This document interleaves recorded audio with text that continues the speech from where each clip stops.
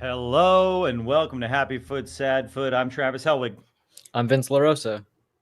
And we watched a soccer game here on Mother's Day, middle of the day. LAFC, as they reminded us 45 times during the broadcast, best team in the West last season against the best team in the West this season, Vancouver, who, according to the broadcasters, just reminds you of Columbus. Huh? They just remind you of Columbus.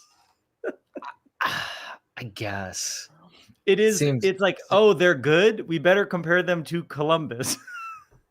Yeah, they try to use the ball and they're actually fun to watch. I think that's a stretch. That's a tough comparison. I don't see it. Well, I feel like it's fair to say it was a game of two halves, at least for LAFC.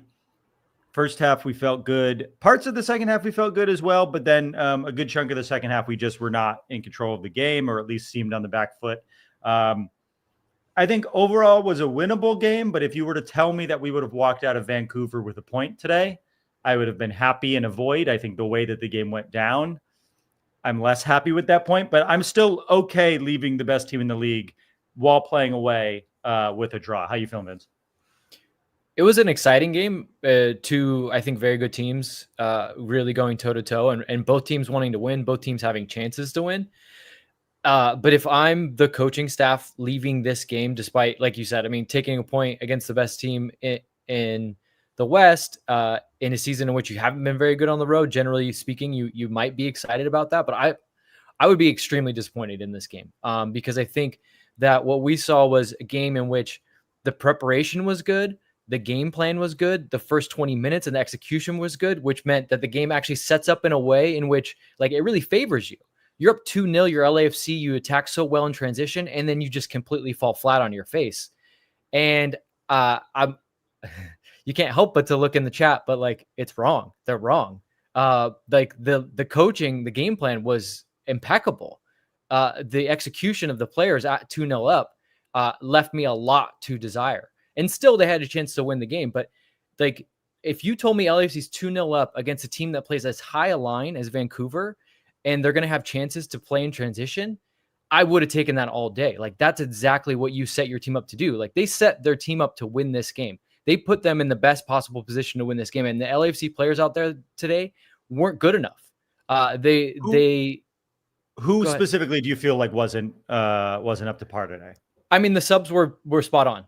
It was a good, Ordaz and Martinez just absolutely, as you started to find more opportunities in transition, giving you nothing. They really weren't deadly. Ordaz, I didn't even notice on the field today. Yeah, they weren't even creating chances, right? So it's like it has nothing to do with, them not executing in the final third. Like they're not even getting to there. So you bring in Under and you bring in Abobasi and like really nothing happens. And I'm watching this team and I'm thinking like, so is Bouanga going to have to progress the ball, create the chances, finish the chances? Like there was just no one really out there giving him an extra bit of help. Like his job is to get beyond that defense and do the things that he was doing when they weren't able to double him quickly enough, which I liked Bouanga's game. Like I think there were some moments he could be better as always, but I liked his overall game. But I'm watching it, I'm just like, man, he's having to do everything. And there's just really no one controlling the game otherwise. Like the midfield I thought was great. They were great. They were in their shape. They were forcing Vancouver to play predictably. They weren't allowing them through the middle, but with the ball, they just didn't have it. Like I don't want to make rash judgments from this game, but you look at this game and you look kind of the way the season's going and you look the way that like Bouanga is starting to pick up and you're wondering like, who's going to be that guy? And maybe it's the trio, maybe it's the three midfielders together. And we've seen them when they work together, they can be that midfield that generates chances by getting players in good spots. They're not necessarily deadly creative in terms of like killer passes and things like that, but they can move the ball forward. But that game was crying out for somebody that just orchestrated the game a little bit from deep and got it into the feet of Bouanga and Under, because the subs were right. The game plan was right. The execution was just absolutely wrong. And that's why you leave that game disappointed. Still had chances to win though. Like I can't stress this enough. I don't think this is a game in which, and this is where I say the chat is wrong. Like relax, like just really like. Well, relax. also Dolo is out. What are we talking about? Yeah. Yeah. He already left. Yeah. And he had nothing to do with that. Like he doesn't build this team, right? And I don't know that the team is totally built wrong, but they fell flat. I was gonna say today was a day where I was like, oh, Bouanga's back, right? This is the Bouanga that we know. This is the Bouanga that we love. He's making smart choices. He's passing when he needs to pass. He's taking the shots we want him to take. The people around him are not as good as they were last year, right? We don't have a Matty Bogusz to find him in spots. We don't have Kiki Oliveira who can make really smart runs on the other side. Ordaz is he's been a breakout this season. He's been great, but he's still he's like a chaos agent, right? It doesn't feel intentional a lot of the times. A lot of the times it feels like a ball of energy and talent and not a lot of finesse. Martinez is incredibly frustrating to me as a player. I know there's a lot of people who are big fans of Martinez. He makes some beautiful passes. I would say every time he touches the ball, it's a coin flip, whether or not it's going to be a really smart decision or a really dumb decision. And some days when he's frustrated, he just doesn't put the effort in. And this was a day where it felt like he couldn't be bothered to defend. He just didn't want to be there. And Martinez has shown some incredible flashes as a player on this team, and it's why we all are so high on him. But boy, does he not get me really, really frustrated. Whereas Ordaz isn't as frustrating, but his ceiling isn't as high. So it's hard to get as frustrated at him. I just feel like the roster does not feel as strong as it was last year. And it's starting to really show over a quarter of the way through the season. We just aren't as versatile as we were last year. Yeah, you understand the mechanisms, right? You kind of understand the arithmetic, right? That a team comes in for Bogusz, you think he's probably never going to have a season better than he did. And if we are going to capitalize on this investment, we're going to move him knowing that we think this other guy, Martinez, is an incredible talent and can do the similar type of things and fill it in. But right now, to your point, and Lisa in the chat, it's like, what if Bogusz is in that game instead of Martinez? And this is not helpful to anyone, but it just proves your point, a little bit more quality. And I think LAFC wins that game going away, easily, because the structure and the game plan to start the game is the reason why you're up 2-0. And then you have a team in which at 2-0, you're going to have so many chances to attack in transition. And they were just toothless in transition. That's such a weird thing to say about this team, but it was Bouanga or nothing in transition. And those other two guys, I like Ordaz. I like him as a role player. I think we're starting to see kind of where his level is. It's a good level. It's not starting for the best team in the West level. Right. It's not Club World Cup level. Yeah. Martinez, I think it has all the talent in the world and could be a player that should be starting for the best team in the West, but not the way he's playing right now. Not the decisions he's making, not his mentality, not his. It's the mentality, attitude. Right? He has the talent and the technical ability. It's will he show up and will he give it his all and will he play with a head on his shoulders? He's playing like a kid, right? He's playing like a kid who knows he's really good, that is frustrated that he's not the greatest player in the world. I just get so frustrated watching him. Let's talk about some happy feet, because I do think there were some genuine happy feet from this match. Bouanga, PK, he finally hit one. He's back. No flip, though. No flip. Maybe he's worried about that turf up at BC Place. If Darren was here. I would be. Yeah, I know Darren would be all over this. Flipgate would be back on. Flipgate would be back. I mean, he's only flipped once for LAFC. He's scored 8 times now for us? Is there statute of limitations on Flipgate? I'm not a lawyer. We do have a very good lawyer friend, that Vaughn Amirian, that could probably tell us I don't even know what I said. I've just heard statute of limitations watching Law and Order. Yeah, I don't know if that's the right term, but I know what you mean. Yeah, you get you get where I'm going though, right? I mean, for sure. Yeah. I feel like again, Mark Delgado, it's fun to see him score. I thought the whole buildup for that throw-in goal, I thought was great. We were there in the right place at the right time. Darren almost got them try something, right? I've been kind of disappointed. Not only have they not been good at set pieces, but I've also been kind of bewildered. What are they actually doing on set pieces other than going through the motions? I get that they're kicking the ball into the middle, and they're trying to see if they can score a goal. But I'm watching the players more than I'm watching the delivery and being like, are they trying to get somebody free? Are they, like you watch Vancouver and you're like, wow, they've got some ideas and set pieces and some interesting things. And look, that doesn't always work out. Like these intricacies can really backfire and you can end up giving up goals going the other way because you do something stupid. But I just watch LAFC and it just seems like they're like, okay, get the tall guys in there and let's just see what we can do. But the throw, it looked like that was the point was Hollingshead is there at the near post. He's kind of a decoy and he's going to flick it on and we're going to see what happens. And they finish it. What did you think about the goals that Vancouver scored? I think that they were coming with what the way in which LAFC was playing, right? As we kind of talked about, and they talked about it a lot on the broadcast. It's like LAFC they were just sloppy with the ball. Like you can defend Vancouver, or Columbus Light, whatever you want to call them. But after a while, they're going to start to They said Wilfred Nancy like 5 or 6 times in a match that Columbus isn't playing it. They said Wilfred Nancy more than they said Steve Cherundolo. It's that meme with the butterfly, and it's like team in possession. Is this Columbus? Like, it really is that. But like they are good in possession, which I think maybe it just blows people's minds because that's never been a Vancouver thing, like you've ever thought about. But in also, LAFC, their coach is one of the ugliest people I've ever seen.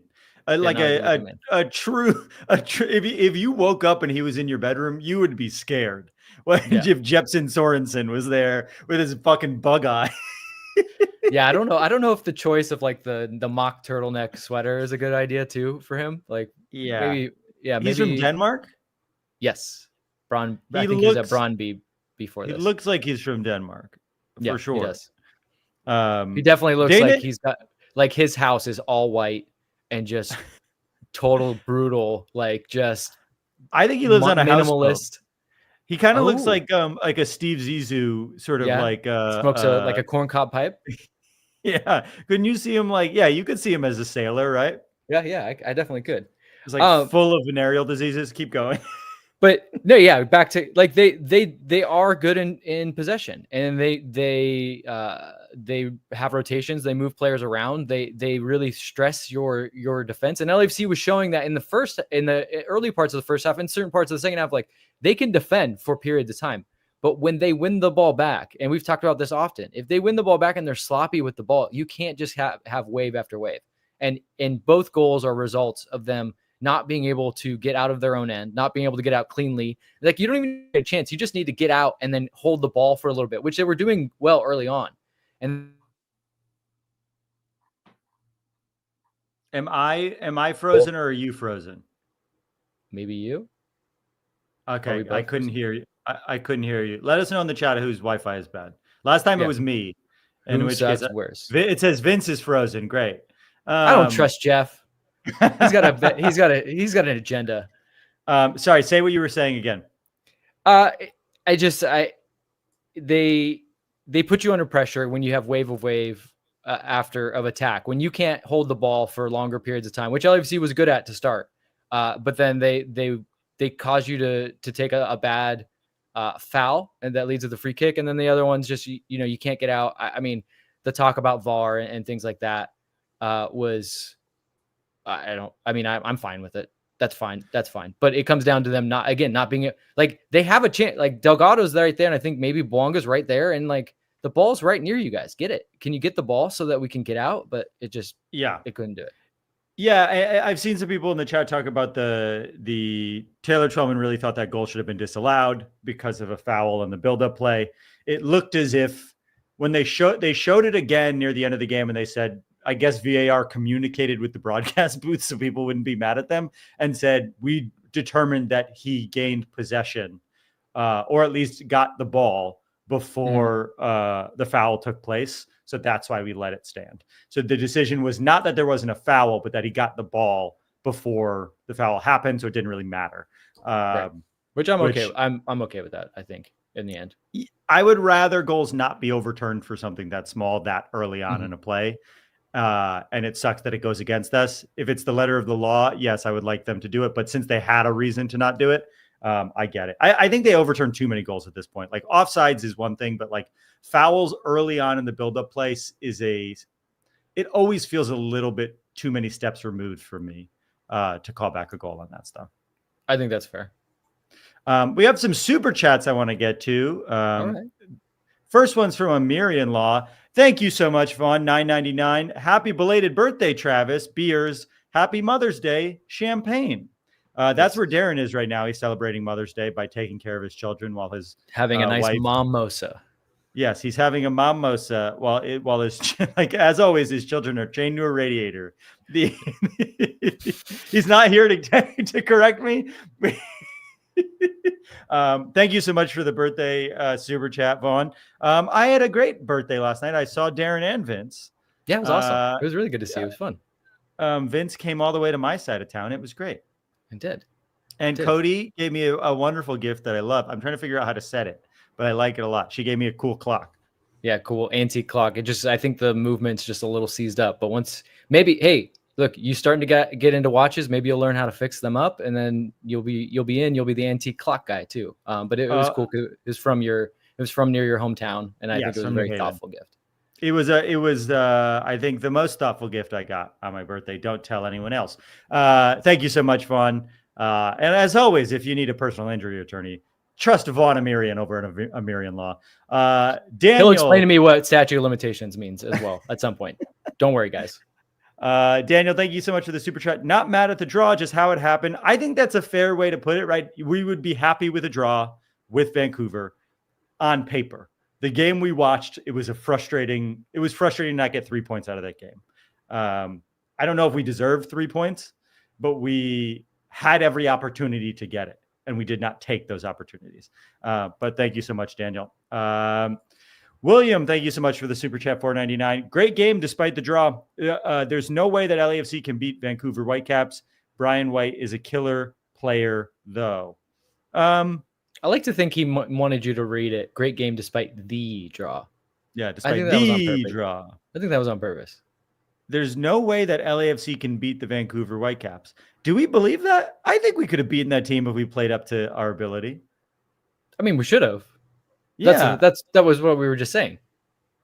I would say there's no way that Vancouver could beat us because they haven't in so fucking long. I guess they won one round of the game of 3, but that doesn't matter. And man, could they belabor that point anymore too? Jesus. It really is like whoever is their producer, just get them one page more because they really feel like they have a half of anecdotes and then they just repeat the same anecdotes again. Also, Sadfoot, and this is not just because Sorensen is not an attractive man. I do not, just because they're saying the coach's name, do not cut away from live action to show me a cutaway of the coach staring intently at the pitch. I don't need to see it. Can you please, for the love of God, stop doing that? It's so simple. Honestly, I don't understand because directing soccer should be so simple. You literally should walk into the control booth and go, hey guys, if the ball is in play, just follow it. We don't have to do anything. And then let's get a little creative in the replays or whatever we want to do. But through 90% of the game, we're just going to follow the ball. Please stop with this Americanizing of the soccer broadcast. I can't do it. I know that like when you're doing a baseball game and it's the middle of, it's the pitcher's like walking around the mound for half an hour, you can show the opposing manager and say like, oh, well, I got a fun story about him. Stop it. Just stop. We don't do that here. No more. I love when they cut to the captain of the boat who coaches Vancouver Whitecaps. You could just see Andrew Wiebe just kind of like hovering behind him in the background, which I thought was very funny.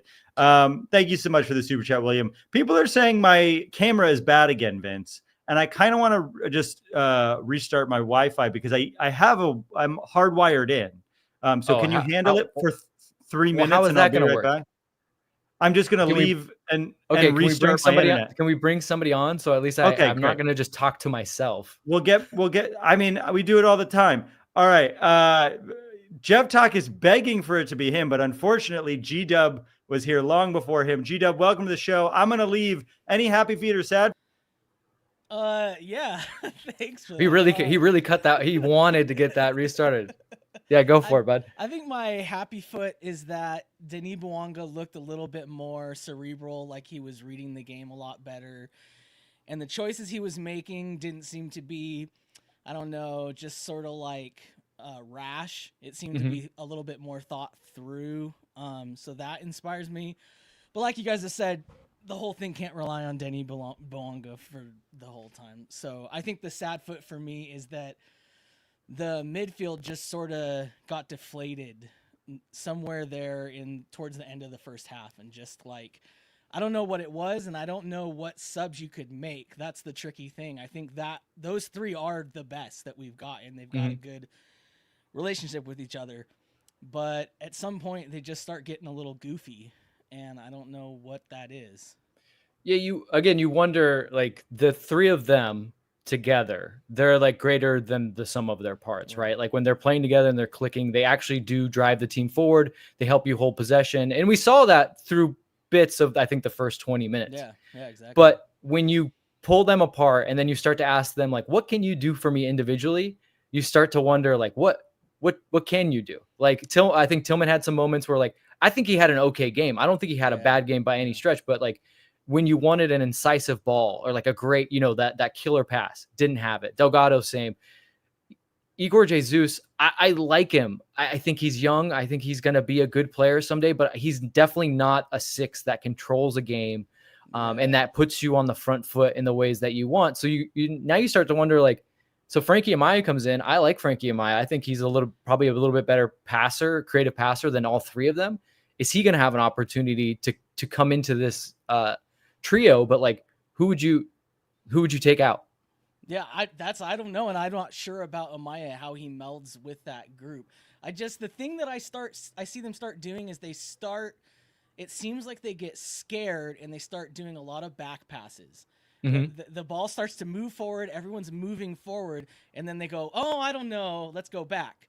And I understand tactically why you would do that sometimes, but it starts to be almost every time, and it's like it's just in an instinctual response to being afraid of pushing forward and pushing through. And I don't know what is happening on the pitch where they all seem to get a memo that they're all going to start doing that all at the same time. It's very strange. I mean, you're right by saying it does seem tactical, right? It seems like what the idea is, because maybe these guys lack the skill set to get it through tight windows and get that kind of killer through ball, that they want to move the team back and create space and behind the opposition, right? Because one thing that they can do, and we saw this, and this was a tactic throughout the game, was like they can switch a ball. They can hit a 40-yard pass. It's one of those like absolutely frustrating things in this game where like a team is able to, or a player is able to hit like a 60-yard ball on a line right to a guy's foot, but then if I ask him to make a 15-yard pass on the ground, he can't do it. Like that's incredibly directly to the other team. Right, it's ridiculous. So, but that's the way sports goes. Hold on, so people are asking about your hat. Oh, the Del Taco hat. We got to know. Del Taco hat from like the Barstow location. You can buy it on the Del Taco web store, of which I'm a frequent customer. Okay. So I gotta represent the high desert, I like it. Yeah, desert rats in the foot. Del Taco, definitely, as a kid growing up in and around Orange County in LA, like that was, it's like, I will say this, it's open. Yeah, it's a little sad to see that it's like not a thing anymore, but it was the go-to. Yeah, it was the go-to. I have a question about real quick, because also I felt like the reffing impacted the game, and another thing that I see is it seems after we have a lot of bad calls against us or that don't go in our favor, people start to like, especially this is the thing I've noticed with Martinez, is he starts to get frustrated and then he starts to not try to defend as hard. It's sort of like he's like, well, if I'm not going to get calls my way, is that something you see, or is that just me? Martinez, definitely. I mean, the team as a whole, I will say that this game did seem they were a little bit more like yappy than I would have liked. I love Sergi Palencia, but sometimes I'm like, bro, can we cut it out just like a little bit? Like the refs know who you are now.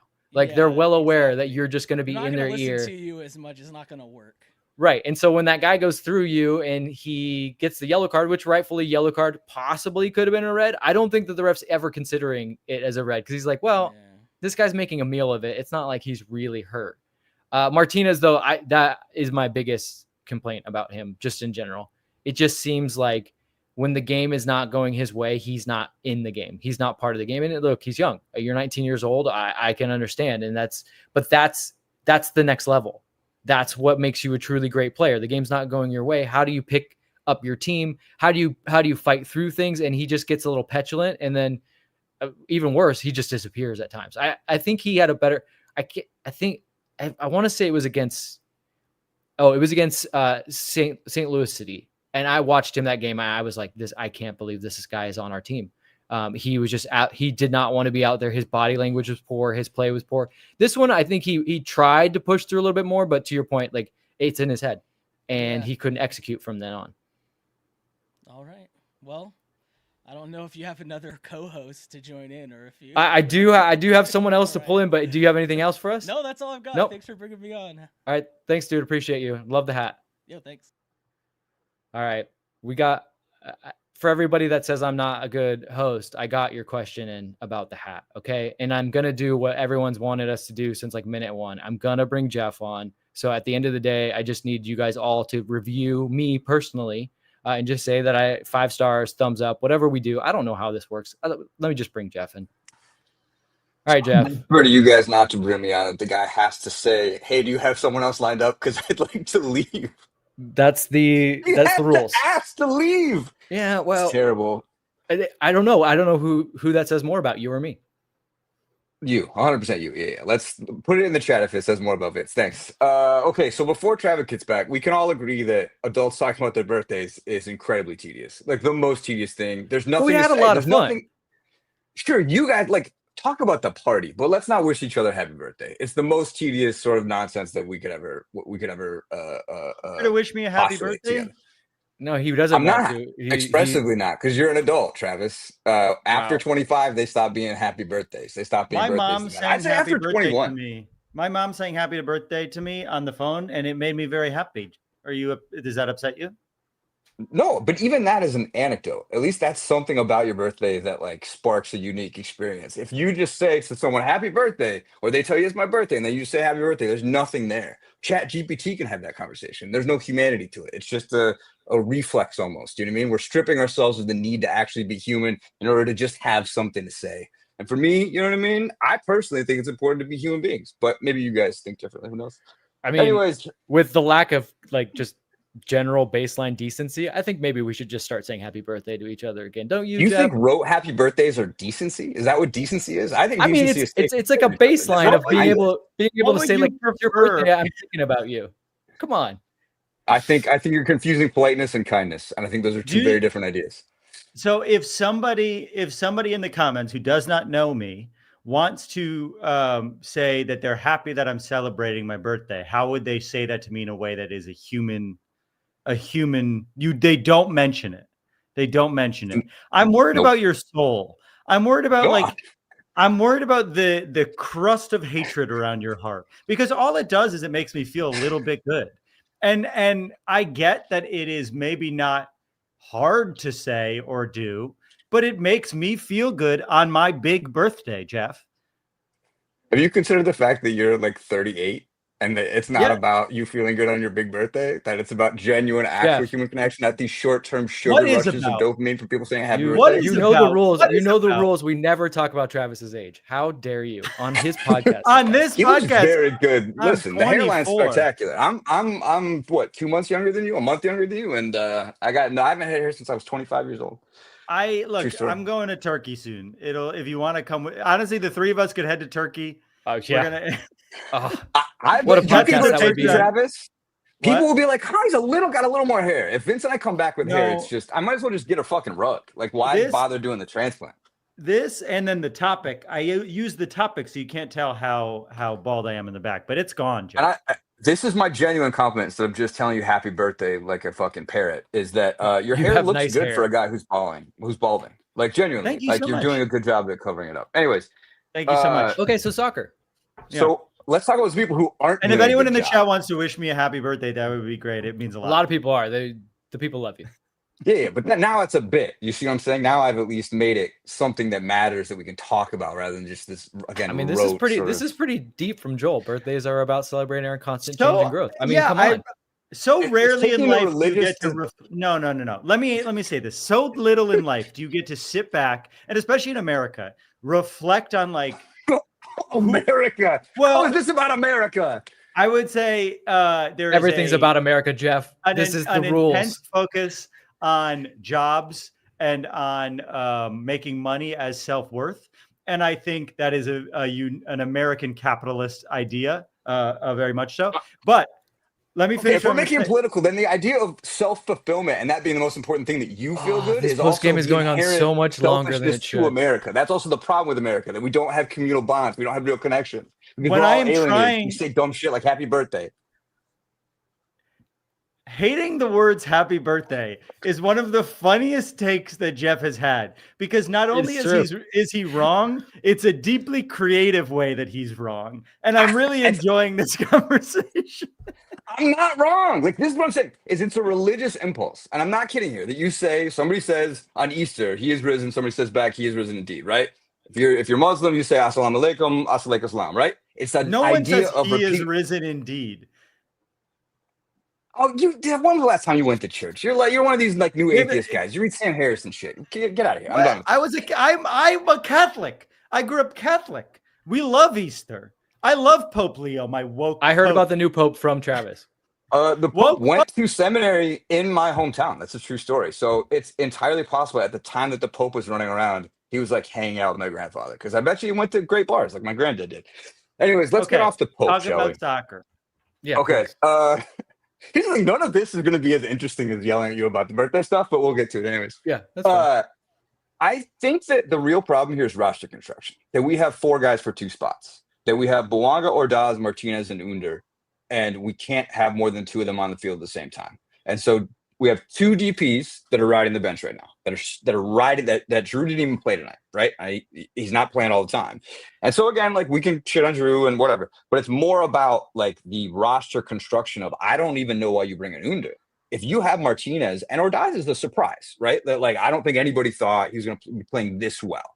You know what I mean? I still don't think he's as good as Martinez, but again, let's leave that for another thing. He's playing very well. You almost want to ship out Martinez for a bunch of money, or ship out Under or whoever, to just make sure you have Ordaz, who's on a homegrown contract, able to play more. But I think this is the thing, right? And Vince, you talked about the quality earlier. It's not just the quality in finishing; it's the quality in being able to get those guys the ball in good spaces. And our midfield has a lot of pros. You know what I mean? But Igor Jesus is not playing the ball forward. You know what I mean? Like, and again, like, maybe that's not what he's there to do. He's amazing at holding possession. He's so good at stopping the press, but he's not able really to get the ball to these guys where they want the ball. And so I think, unfortunately, like, you got to feel like this is probably the ceiling of the team unless we make a really big roster move or several small roster moves. But I just think, the games are won and lost before you step on the field, in my opinion. And that is in roster construction. That if your DPs aren't delivering and you don't have homegrown contracts that are great, it's really, really, really hard to win. And I just really feel like if we don't get one of those 2 things before the end of the season, we're not going to get a great homegrown player who's going to show up halfway through the season. So it's got to be at the top. I just don't know that you can realistically beat these guys. And I don't think you can beat America. Like, we can. Like, it's possible that Denny Bouanga just scores 2 counter goals and we get through because everybody else stands in their head. But I don't feel like it's likely. I wouldn't want to put any money on us. You know what I mean? I don't disagree. Martinez has he's been poor, but we know he can be good. So I think that is something that you can, to your point, like, yeah, there's not much wiggle room in this roster, right? Unless someone goes, there's not much wiggle. There's none. Actually, there's no wiggle room in this roster at all, unless someone goes. But if someone doesn't go, and let's say Martinez does go Bogush-esque, like, I think that's a different, we're talking about a different team. But in this game, like, I mean, you didn't think that they should bring on Under for Martinez? Like, Martinez wasn't having a good game. What I'm saying is, I think if you had another player, and again, but this is what I'm saying, this is the issue, is if Under, if that DP spot is used, say, for a striker who can actually play, that changes the game, right? Because then you've either got Martinez on the bench coming in for Ordaz, or Ordaz coming in for Martinez.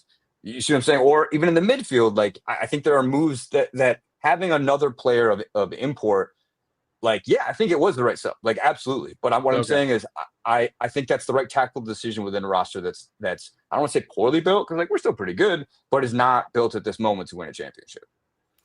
Yeah, I guess it's just hard to parse because like some of it is like guys underperforming too, right? Like I think there is a world in which we look at this team and go, wow, this team's really good, and maybe they still need a little something to get them over the hump, which goes back to that. Yeah, like Giroud can't be just absolute dead weight. Like that's a non-negotiable. That's something, and we're just tired of talking about it, right? So like, well, let's just leave that there. But I do think that I don't think the roster is as bad as we're making it seem, but I guess your bigger point is the ceiling, right? So like, are they ever going to be like Miami, Columbus level? Look, you play one-off games, like you can win those, right? But yes, Supporter Shield, like being an absolute dominant team from start to finish. No, I don't. You're right. I don't think that this roster is built for that. I don't think it would be crazy for us to say at this moment, the way that this team is built, we are not a championship team. We're just not going to win MLS Cup this year as it currently stands. But that's what I'm saying. I think it's hard to say that because in one-off games, anything can happen. Because I think that they can go in and tactically win a game and they could step up in the game. But when you have two DPs not starting a game, one not even playing in a game, those are two pretty. I'm not saying that Under shouldn't be starting. I'm saying that it speaks to something about the way that the team is built. That I think what Vince's, Tock's initial point is right. Like the way this roster is constructed is not built properly right now, and it starts with Giroud. And if that had hit, it's a much different story. But like, I'm worried about how this team is constructed right now. I'm not saying we're bad. I'm not saying it's not possible. I just wouldn't put money on us being as good as some of these other teams who have Lionel Messi on them.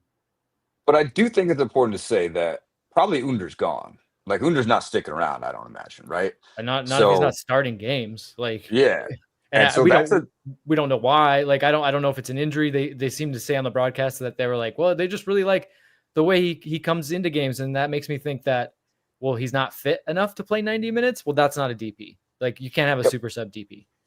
Yep. And so to me, I'm like, if Under goes, that opens up a lot of possibilities. And maybe that third DP gets you in a place where I don't know if you're going to be the best team in the league, but you've got more than a puncher chance, which is what we think we have right now, right? That anybody can win MLS Cup because it is a truncated amount of games, right? Mm-hmm. But we'd have a much better shot if that third DP was performing. And again, like, we can't really do anything with Giroud, right? We can, or at least do we know the details of the contract? Like, can we buy him down? You can't buy him down. You can buy out, but as we've spoken about, that doesn't reflect well on LAFC. Like if you're a player thinking about coming here and you're having like the slightest doubts and you're like, well, look, they just like basically sold a guy out and was like, you're the problem. See you later. Like guys don't love that. They don't like that. Yeah. I mean, maybe we can just pay him to fake an injury and buy him out for that. You know what I mean? But there was a moment there when he was, going to like wave at the French national team games. I was like, oh, okay, I see where this is going. This is setting up. He's going to retire. He's going to pull Gareth Bale. And then all of a sudden he started playing games again. So, yep. Yeah, I would say that if you can get 2 open DP spots with both those guys gone, you got a great shot. If you can get the one, JT signed a lot of great DPs. You know what I mean? It's definitely possible. Now, he's also signed Giroud and oh damn it, who's the guy who missed the PK in MLS Cup? Christian Teo, my friend Christian Teo. Somebody has a Christian Teo jersey out there. Oh, put it in the chat if you've got a Christian Teo jersey. You know what I mean? So he's missed too, but everybody misses. You know what I mean? You can't really hold that against him. But I do think that's what I'm holding on to for the idea of maybe we can win one game in Club World Cup if we sneak past America, is getting a third DP that would make that possible. Yeah, I mean, we'll see what the rules are. Travis has been in deep conversations with Tom Bogert to find out what the actual rules are, and the problem is Tom doesn't even know. So I don't think MLS knows. I don't think anyone knows. The problem is I don't think MLS has any idea. MLS, right? Yeah, sorry, it's not Tom. It's not Tom not doing his job. It's him asking them and then going, I mean, we'll figure it out if that happens. Yeah. Unlike the Bruce Arena saga, there is no answer. Somebody knows what happened with Bruce Arena. That's a thing we should all keep doing. You know what I mean? Yeah. And by all, I mean you, Travis. But I genuinely don't think anybody fucking knows how this Club World Cup thing works or how that roster rule, any of it. They're making it up as they go. I don't think I'm speaking out of turn for sharing something that Tom said to me, which is that he asked MLS. MLS said, ask U.S. Soccer. And U.S. Soccer was like, the person who knows that is out of town for the next 3 weeks. And it's like, what? That is the funniest thing ever. I mean, can we just talk, like, for people that don't know what we're talking about is, so because this competition happens at a time when European teams mostly are finishing their season, and they actually they're somewhat recognizing that they've grinded these players down to the bone, but also saying, oh, but still we'll just give you some more money to do it. They've extended a transfer window to allow teams to add players, basically to say, like, look, there's a lot of money on the line. We know you'd want to win it, but maybe you don't want to kill your entire team to do it. We'll allow you to get some extra players. And for European teams, that doesn't matter because they can sign guys and then those guys can stick around. But if you're an MLS team and you sign this guy, sure, it's great you have them for the tournament, but then what happens if you don't have the cap space? Because you would assume the type of player that you want to sign is somebody that is either high TAM level or DP level. Well, if you had the cap space, wouldn't you have signed them already? Like, so I think that's what they're realizing is like, well, so are these guys going to come for 2 weeks and then leave, or what's the plan here? And if that is the case, is anyone actually going to join these teams for 2 weeks without it being them paying like way above market ask just for 2 weeks? So I understand why the problem is difficult, but you'd think that they would have reasoned it out by now and just figured out what they're going to do to give some guidance to the teams. Because, by the way, even if LAFC doesn't make it, there still are MLS teams in this tournament that need to know what is going on. Yep. So I really feel like we view ourselves as like a crappy European country, but we're a CONCACAF country. We should really embrace that, right? It's all just going to be wacky the whole time. Like, it's always going to be weird stuff. There's going to be a dog running out on the field. There's going to be little kids with stretchers. Like, it's going to be that. That's really what we're doing. And we're, maybe we're the high end of that in terms of professional stuff, but it's not really professional. I just want to read out loud for anyone listening on audio. Lobbing Scorchers commented, Jeremiah at Sounder at Heart, which is the big Sounders blog. Sounders, of course, are in the Club World Cup, said that Sounders expect to be able to get an open window, but they don't expect to make any business because of cap and roster slots. So essentially what Vince just said is what people are expecting to happen. We will get the opportunity to sign players, but because of the MLS constraints on roster cap, we will not be able to do it. The constraints that MLS is putting on their own team will stop us from being able to compete even more so with the biggest clubs. Well, I will say, not to defend MLS, but I will say this. Again, much of why this has been put into place is to give those European teams extra players because they've played so many minutes going into this. MLS teams shouldn't necessarily need it for that reason, right? So they should kind of have to play the way that they're constructed because they should be fit. They shouldn't be, that kind of makes sense, but still, it's like, this is a big moment in which your teams have a chance to maybe do something and to do something on a world stage. And I mean, look, we've already heard about teams that have like signed players for, kind of that 2 week period. Like, I think that Kevin De Bruyne is going to stay on with Man City just for that, although he knows he's leaving afterwards. I think the same goes for Thomas Mueller at Bayern Munich.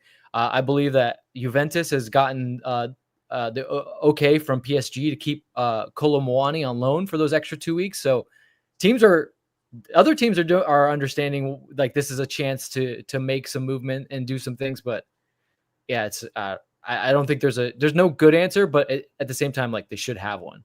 Do we know what teams are playing in LA? Like, is that announced already? PSG I think Atletico Madrid is going to be out here. Cool. Rose Bowl? SoFi, I believe, is one of the locations. So some cool team. I mean, the possible European champions could be here. That could be really cool. That's cool. All right, Geoff, thank you for calling it. The first half of your call was very stupid, but the second half was good. So we always love you when you call. Honestly, just kidding. The first half was better.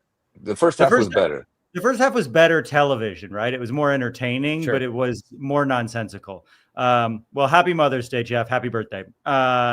Let's get to these super chats. Also, I'm sorry that my video keeps going down for people. I have changed nothing about my Wi-Fi, but the last 2 weeks this has been happening. So I'm going to see if I could figure it out. I'm on Ethernet, so it shouldn't be happening.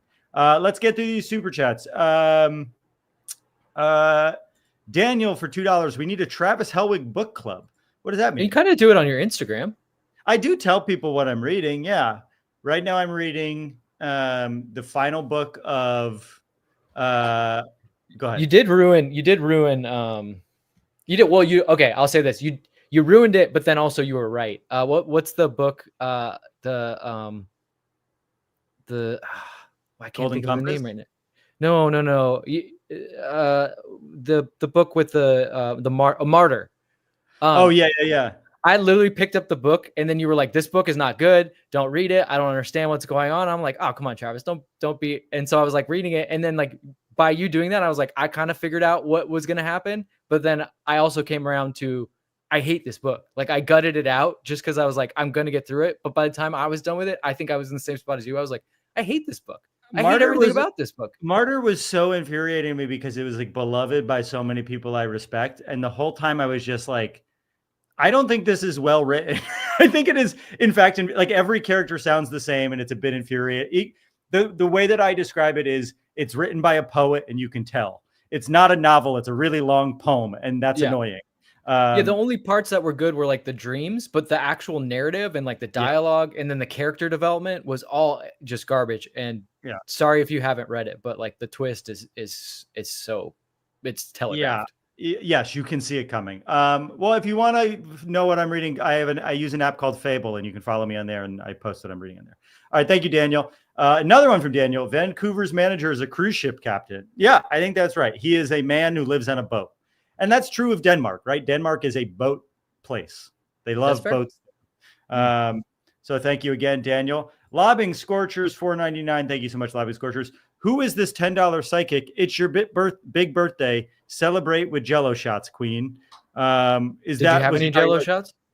I did not, but they did. Were you around when they were passing out the shots on the tray for us? Yeah, the Ferrari. It's like some kind of bitters mixed with. That was okay. It's I like that. Campari and Fernet mixed into a shot. It was pretty good. Okay. Yeah, it's like it's like a good low ABV shot. It's not something that's gonna get you all jacked up, which is good. Settles the belly, but it's fun to do a shot. Thank you so much, Lobby Scorchers. I was very hungover this morning, and the only thing that fixed me was I went for a swim, and that helped a lot. I went for a bike ride. So see, we both had the similar ideas of like we need to sweat it out. Even though it's really hot out, it was very helpful to be in the sun, I would say. Lobby Scorchers again, $1.99. Hair plugs, don't know. I'm pro hair transplant. I know plenty of people who've gotten hair transplant, and it works great. I don't know if you call them hair plugs. Half of Hollywood has. Yeah, you just got to go to an LA person. Don't go to the Seattle hair plug guy. You got to go to a Hollywood one. I don't think they're called hair plugs anymore, but they are. They take the hair from the back of your head, because if you notice, no one loses the hair in the back of their head. It's a different type of hair follicle, and then they put it elsewhere. And so when you get a hair transplant, it's a slightly different texture of hair because it's the hair on the back of your head as opposed to the hair on the top of your head. So just something to look for if you want to know who got a hair transplant. Thank you so much. Next time we're at the movies and trying to figure out which your favorite actress has it. If someone has like two weird bushes of hair, right? Yeah. $1.99 donation to buy Travis an Ethernet cable. I'm plugged into Ethernet. I always am, which is why this is so confusing to me. I'm very sorry that this has been bad. I know everyone wants to see my beautiful face. So thank you for the super chat. $10 from Ephraim. Couldn't watch the game because I brought my mom out for dinner. What a good son. But happy belated big birthday, Travis. Thank you so much. I was born on Mother's Day, a true gift. And happy Mother's Day to all the mothers out there and aspiring mothers. Aspiring mothers. Anyone out there one day will be a mother. Any teen moms who are down on their luck, happy Mother's Day. Today's for you. Thank you, Ephraim. Ephraim again, $10. Come on, my man. Also, happy Mother's Day to all the moms out there, especially my mom, Maria. Happy Mother's Day, Maria Benitez. Or we don't know if Benitez is her last name. Happy Mother's Day, Maria. Vince, you want to wish your mom a happy Mother's Day? My mom's in Italy. She's winning. But happy Mother's Day, Mom. Me wishing you happy birthday or happy Mother's Day on this, you're like, yeah, I mean, I guess that's okay. But like, I'm already winning. You sound pretty resentful of your mom on Mother's Day. I mean, I wish I could be there, and not just because it would mean I didn't have to do this today. But there's something about a 4 p.m. game that the live stream is more infuriating because it's finally nice out where I could like take my dog for a walk. And here's what we're doing. Well, we'll get through these super chats. Yeah, and then we could be eating dinner right now.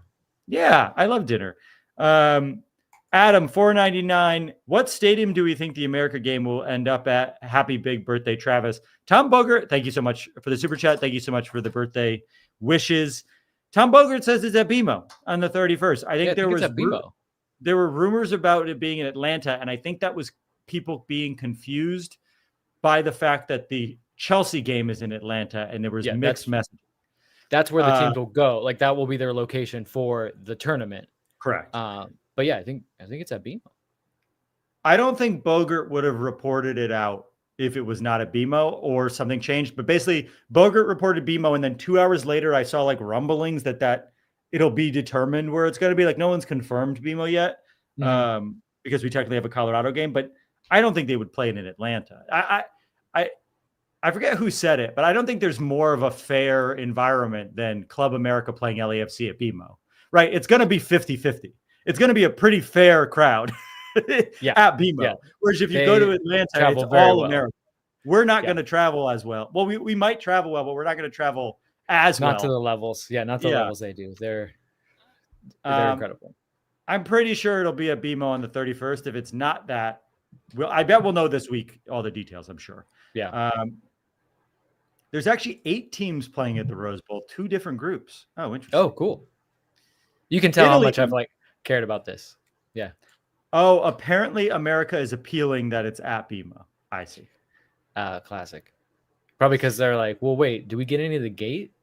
Do we get any of the money? I don't think they care about the home field advantage so much as like they probably want to get some money. Well, BMO is the only stadium where they would not have a clear home field advantage, right? It's the only place. Right. Even if we go to the honestly, put it in the Rose Bowl, and they'll have more of an advantage than we will.